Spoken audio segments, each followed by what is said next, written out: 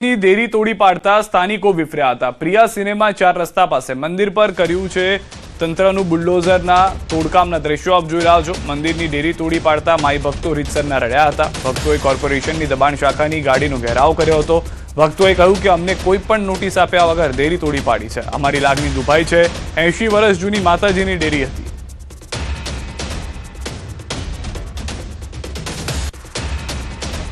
બધા ભરાનો લે છે તય આગળ કશે નહીં જાય। અહીં માતાજીનું મંદિર આજે ત્યાં દિવાલ બની એમાં તોડમ ફોડ કરી નાખી અને વોટિંગ ચાલતું ત્યારે બધા કે અમને વોટ આલો, પેલો કે અમને વોટ આલો અને આ પત્યું પછી આવીને તોડી નાખ્યું।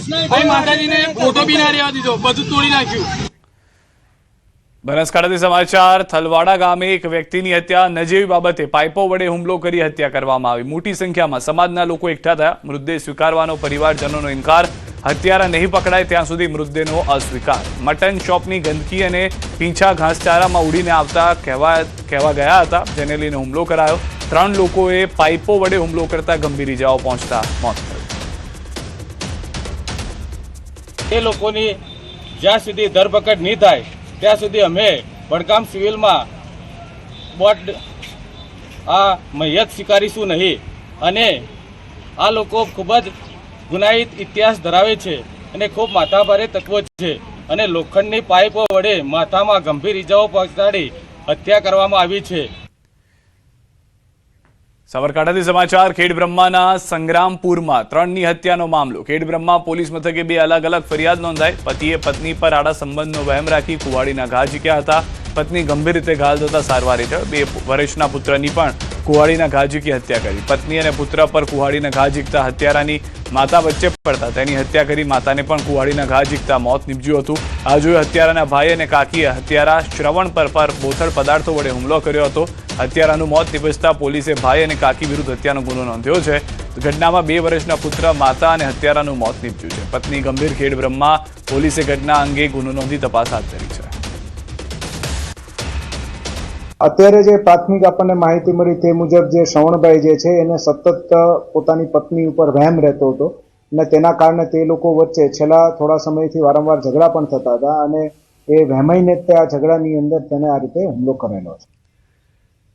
કચ્છની આડેસર ચેકપોસ્ટ ખાતે પેટ્રોલિંગ દરમિયાન પોલીસે મળેલી બાતમીના આધારે 2 ટ્રકમાંથી ઘાસચારો અને પાણી વગર ત્રાસદાયક રીતે ભરેલા અબોલ જીવ ઘેંટા બકરાને ગેરકાયદેસર કતલખાને લઈ જવાતા અટકાવ્યા હતા। જેમાં રહીમ શાહ ફકીર, શૈલેષભાઈ રાવળ અને સુમરાભાઈ મદારી સહિતના ઇસમો ધરપકડ કરવામાં આવી છે। પોલીસે કુલ 43,34,000નો મુદ્દામાલ કબજે કર્યો। અન્ય 9 ફરાર આરોપીઓની શોધખોળ કરવાની કાર્યવાહી શરૂ છે, જ્યારે બચાવાયેલા પશુઓને જીવદયા મંડળ રાપર ખાતે મોકલવામાં આવ્યા છે।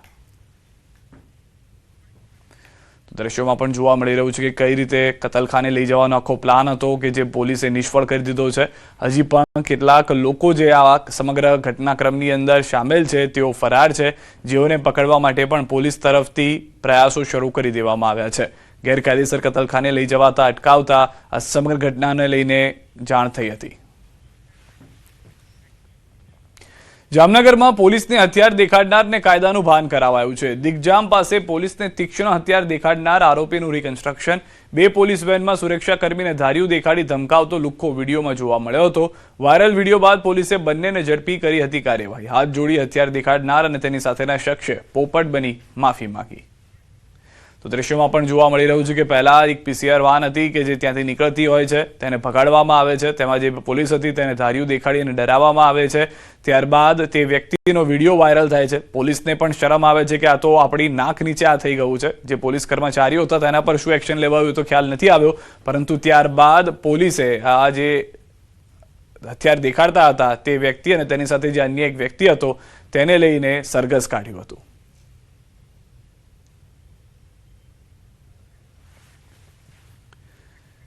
રાજકોટથી સમાચાર। અસામાજિક તત્વોનો આતંક। જેતપુરની હોટલમાં 2 શખ્સોએ આતંક મચાવ્યો। રૂપિયાની લેતી દેતી મામલે ઉગ્ર બબાલ થઈ। હોટલમાં તોડફોડની ઘટના સીસીટીવીમાં કેદ થઈ। જેતપુર પોલીસે તપાસ હાથ ધરી છે। તો રૂપિયાની લેતી દેતી મામલે પહેલા બબાલ બની થઈ હતી, ત્યારબાદ મારામારી સુધી વાત આવી ગઈ હતી। હોટલની અંદર તોડફોડ કરવામાં આવી હતી, જે ઘટના પણ સીસીટીવીમાં જોવા મળી રહી છે। જેતપુર પોલીસે હાલમાં સમગ્ર ઘટનાને લઈને તપાસ શરૂ કરી દીધી છે।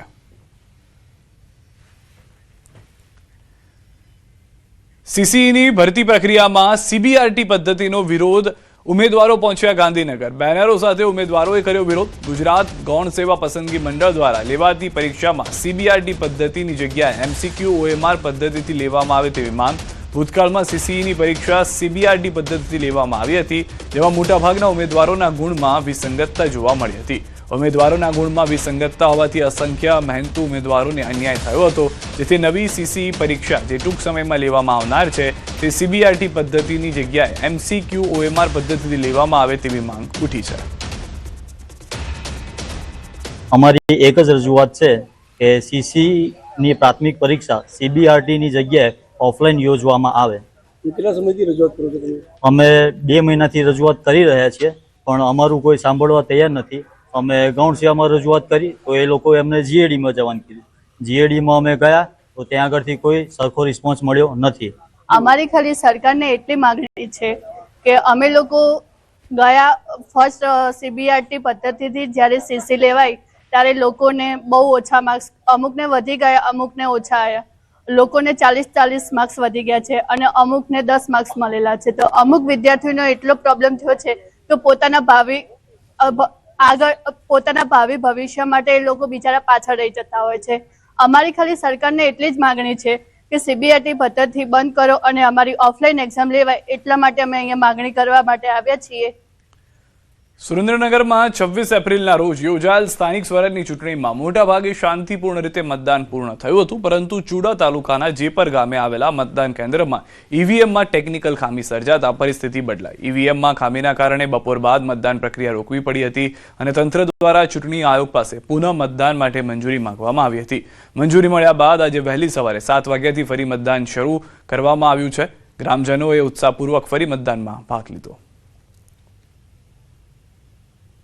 આજ રોજ ત્યાં રીપોલ એટલે કે પુનઃ મતદાનની કામગીરી ચાલુ છે અને સવારે 11 વાગ્યા સુધી 35% જેટલું મતદાન થઈ ગયું છે. સુરેન્દ્રનગર જિલ્લામાં સ્થાનિક સ્વરાજની ચૂંટણી આમ તો શાંતિપૂર્ણ રીતે સંપન્ન થઈ ગઈ હતી, પરંતુ ચુડા તાલુકાના જેપર ગામે ગઈકાલે યોજાયેલ જિલ્લા પંચાયત અને તાલુકા પંચાયતની બેઠક માટે EVMમાં ટેકનિકલ ખામી સર્જાતા મતદાન પ્રક્રિયા છે એ ખોરંભે ચડી હતી. ત્યારે તંત્ર દ્વારા રાજ્ય ચૂંટણી આયોગ પાસે ફરીવાર મતદાન માટેની મંજૂરી માંગવામાં આવી હતી, જેને તંત્ર દ્વારા આખરે મંજૂરીની મોહર આપવામાં આવી હતી, જેને લઈને આજે ફરી એકવાર જે જેપર ગામે છે ત્યાં મતદાન પ્રક્રિયા શરૂ કરવામાં આવી છે. ચુડા જિલ્લા પંચાયત અને તાલુકા પંચાયત જે છે એની ચુડા 1ની બેઠક માટે આ જેપર ગામમાં આજે વહેલી સવારથી મતદાન પ્રક્રિયા શરૂ થઈ છે.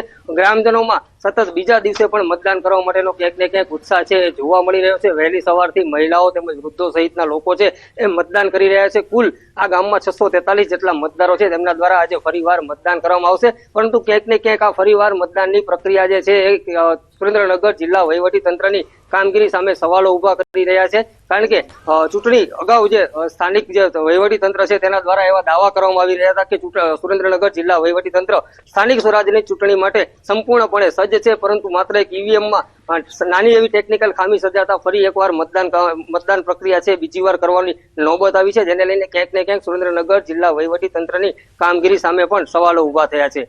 અક્ષય જોશી, ન્યૂઝ 18 ગુજરાતી, જેપર. અમદાવાદ મહાનગરપાલિકાની ચૂંટણી માટે થયેલ મતદાનની ગણતરી આવતીકાલે ગુજરાત કોલેજ અને LD એન્જિનિયરિંગ કોલેજ ખાતે હાથ ધરવામાં આવશે. મતગણતરીને ધ્યાનમાં રાખીને તંત્ર દ્વારા ચુસ્ત સુરક્ષા વ્યવસ્થા ગોઠવવામાં આવી. મતગણતરી કેન્દ્ર પર 3 લેયરની પોલીસ બંદોબસ્ત તૈનાત કરવામાં આવી છે, જેમાં પોલીસ અધિકારીઓ, કર્મચારીઓ સહિત આશરે 600 જેટલા જવાનો તૈનાત રહેશે.